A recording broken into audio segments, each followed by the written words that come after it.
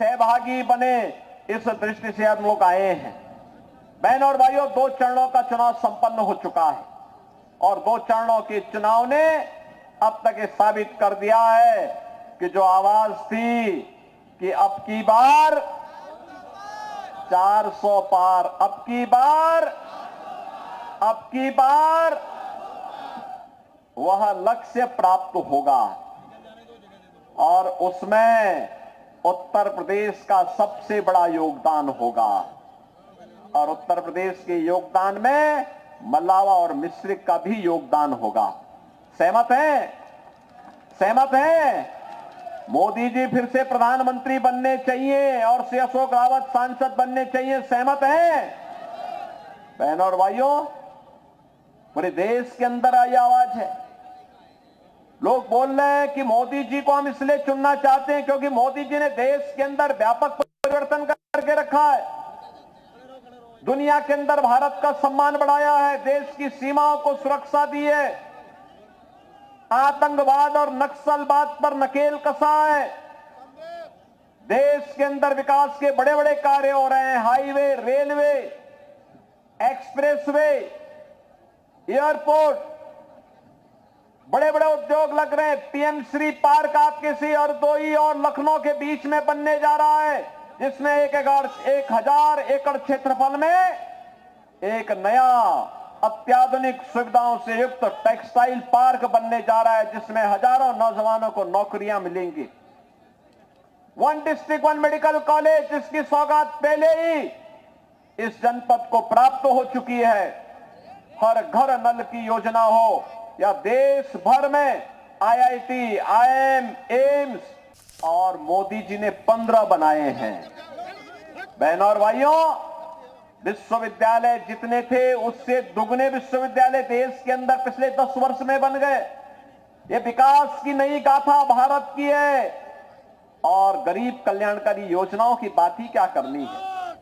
बहनों और भाइयों, 2014 के पहले लोग गरीब भूखों मरते थे।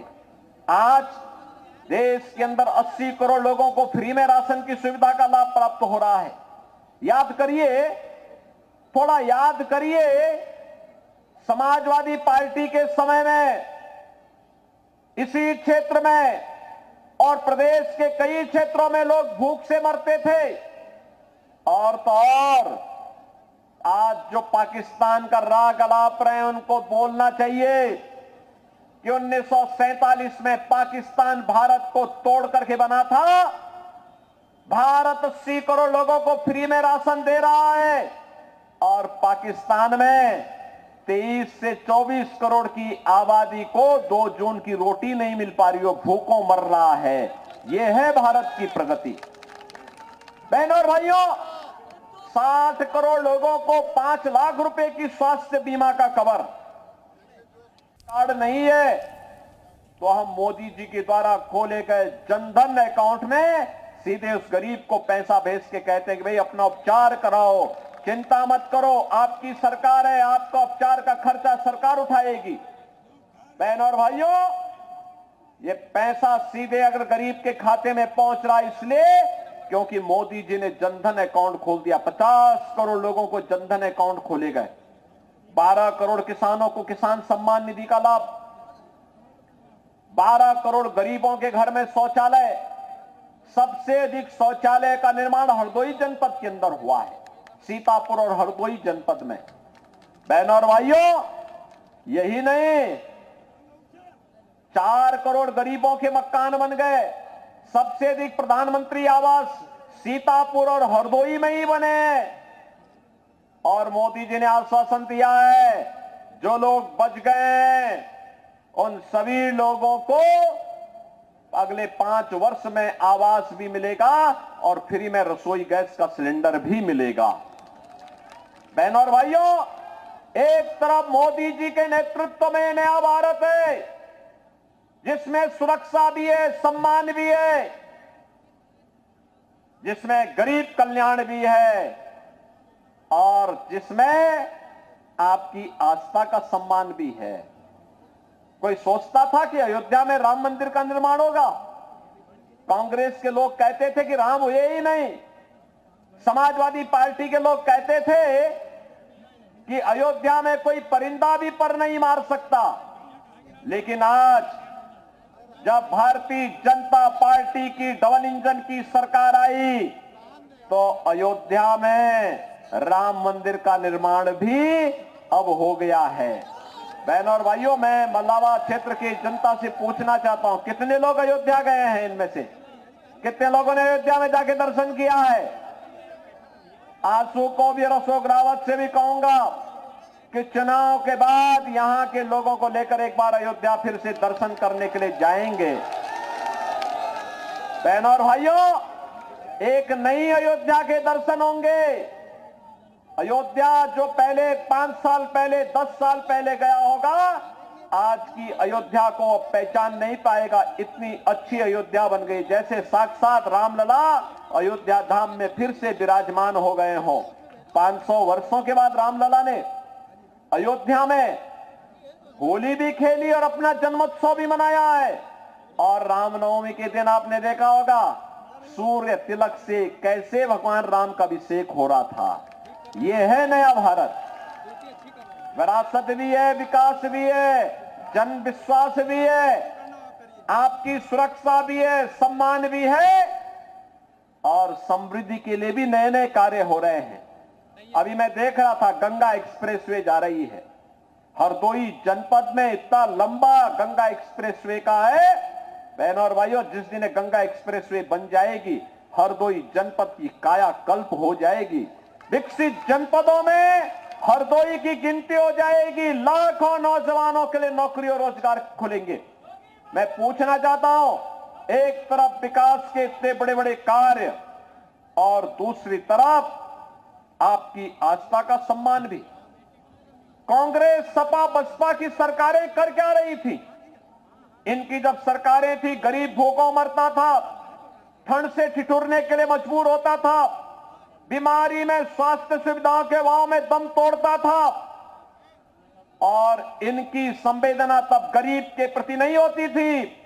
याद करिए, ये समाजवादी पार्टी के लोग जब इनकी सरकारें हुआ करती थी, तब अयोध्या में आतंकी हमला करने वाले आतंकवादियों के मुकदमों को वापस लेने में रुचि लेते थे। इन्होंने रामपुर में सीआरपीएफ कैंप पर आतंकी हमला करने वाले आतंकवादियों के मुकदमों को वापस लिया था। इन लोगों ने उस समय काशी में संकट मोचन मंदिर पर हमला करने वाले आतंकवादियों के मुकदमों को वापस लिया था। लखनऊ, अयोध्या और वाराणसी की कचहरियों पर हमला करने वाले आतंकवादियों के मुकदमों को वापस लेने का प्रयास किया था। तब हाई कोर्ट ने एक टिप्पणी की थी, माननीय न्यायालय ने कहा था कि आज इन आतंकवादियों के मुकदमों को वापस ले रहे हो, कल इन्हें पद्म पुरस्कारों से नवाजोगे। सरकार का यह कृत्य अत्यंत खतरनाक है, निंदनीय है। और कोर्ट ने कंडेम किया था समाजवादी पार्टी को। आतंकवादियों की समर्थक ऐसी समाजवादी पार्टी को क्या आप वोट देंगे? क्या आप वोट देंगे? क्या राम का अपमान करने वालों को क्या वोट देंगे? क्या? और बहनों और भाइयों, अब तो इन्होंने सेंध लगानी शुरू कर दी है। जब इनको लग गया कि अब कुछ नहीं होने वाला है, जनता बैरंग करने वाली है, अब ये लोग क्या करने जा रहे हैं? अब इन्होंने अपने मैनिफेस्टो में कुछ चीजों का उल्लेख किया है। क्या कहा है? कहा है कि अगर कांग्रेस और समाजवादी पार्टी की सरकार आती है तो पिछड़ी जाति को मिलने वाले आरक्षण में से एक हिस्सा मुसलमानों को दे देंगे। क्या हिंदुस्तान स्वीकार करेगा? क्या अनुसूचित जाति जनजाति को मिलने वाले आरक्षण में से एक हिस्सा काट करके मुसलमानों को दे देंगे? क्या हिंदुस्तान इसको स्वीकार करेगा? क्या? अरे ये बाबा साहब भीमराव अंबेडकर का अपमान है। कांग्रेस ने बाबा साहब भीमराव अंबेडकर का हमेशा अपमान किया। समाजवादी पार्टी ने भी बाबा साहब भीमराव अंबेडकर का अपमान किया। और आज ये आपके आरक्षण के अधिकार पर भी सेंध लगाने का कुत्सित प्रयास कर रहे हैं। कांग्रेस और समाजवादी पार्टी के इन मंसूबों को हमें पूरा नहीं होने देना है। और इस दिशा से मोदी जी ने कहा है, आत्मनिर्भर भारत और विकसित भारत बनाने के लिए। आत्मनिर्भर भारत का मतलब हर नौजवान आत्मनिर्भर होगा, उसके हाथ को कार्य होगा। आत्मनिर्भरता का मतलब हर अन्नदाता किसान आत्मनिर्भर होगा। आत्मनिर्भरता का मतलब हर महिला आत्मनिर्भर होगी। 3 करोड़ ड्रोन दीदी बनाने का एक लक्ष्य प्रधानमंत्री मोदी जी ने दिया है। इन्हें लखपति दीदी के रूप में हम बनाएंगे। यह काम मोदी जी ने अभी से काम करना प्रारंभ कर दिया है।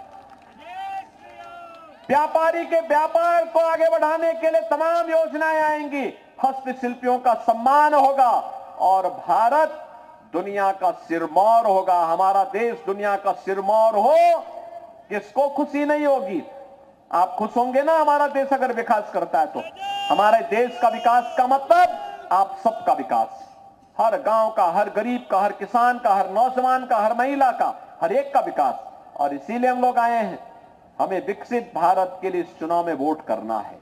आप सहमत हैं? मोदी जी के साथ सब खड़े हैं ना?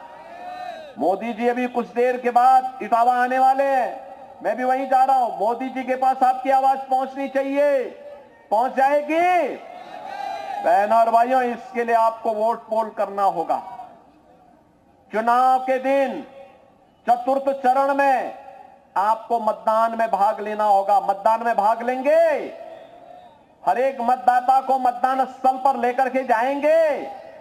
अशोक रावत बन करके और मोदी जी का प्रतिनिधि बन करके प्रत्येक मतदाता को मतदान केंद्र पर लेके जाएंगे।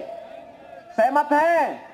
मैं आश्वस्त होकर के जाऊं, घर घर बताएंगे तो मेरे साथ बोलेंगे, भारत माता की, भारत माता की, भारत माता की।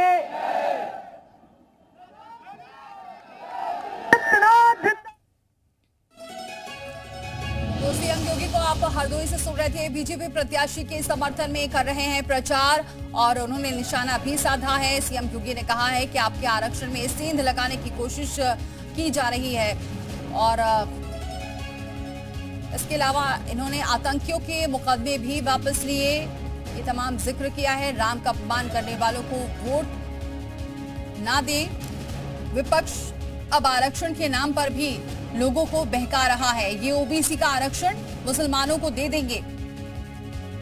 आपके आरक्षण में सेंध लगाने की कोशिश की जा रही है। ये हरदोई में प्रचार के दौरान सीएम योगी ने जनता को संबोधित करते हुए विपक्ष पर निशाना साधा है। तो तस्वीरें आप देख सकते हैं। सीएम योगी इस वक्त हरदोई में हैं और हरदोई में उन्होंने जनसभा को संबोधित किया और बीजेपी प्रत्याशी के समर्थन में वोट की अपील की है और निशाना साधते हुए कहा कि आरक्षण में सेंध लगाने की कोशिश है। और